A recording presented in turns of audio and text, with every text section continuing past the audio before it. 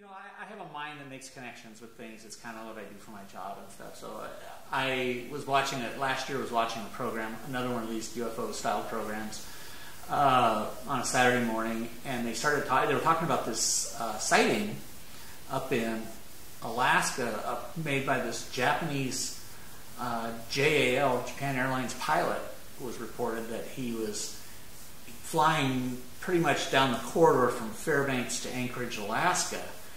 And he had something come up and that he saw, and definitely said it was some sort of unidentified flying object. It chased him, it flew in front of them and back around him, and I just thought that was pretty bizarre.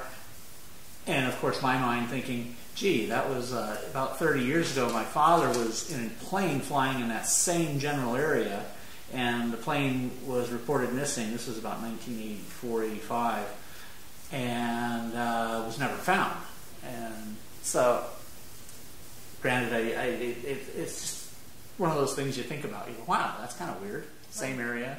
You lost your dad? Yeah, my dad passed away, so they've never found it. As a matter of fact, this past weekend we had one of my dad's best friends passed away, and I went to his funeral out in Tucson, and ran into probably a guy who was probably the last person to talk to my dad that's still alive, because he had called him on the phone. He was going up to see this guy, and from Anchorage to a job site outside of Fairbanks, and though it was amazing. He was talking to this guy. He's basically the last guy, and we were talking about the search that happened, because I was up there for a part of it, and it was massive. I mean, they had 30 planes flying in the air.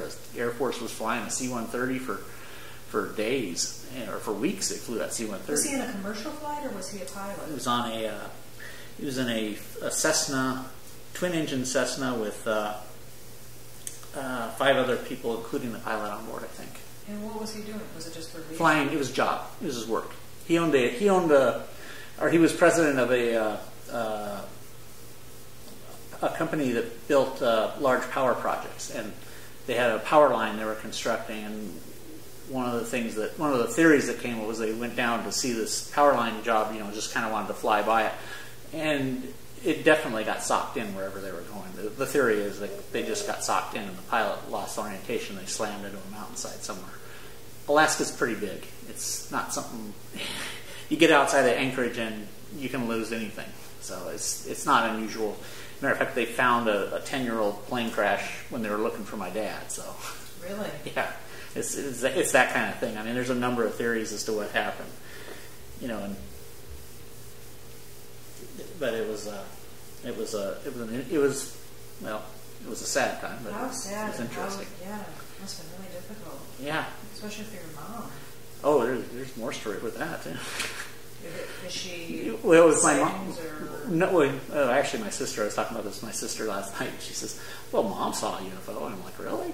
I never heard this story before." And she? Yeah, this is alive? like. No, my mom passed away about 7 years ago, and she had seen something in Michigan when we lived out there. When I was probably 10 years old, I guess. Is that where you were born? I was born in Newport Beach. Oh, because I grew up in Michigan. Did you really? Where?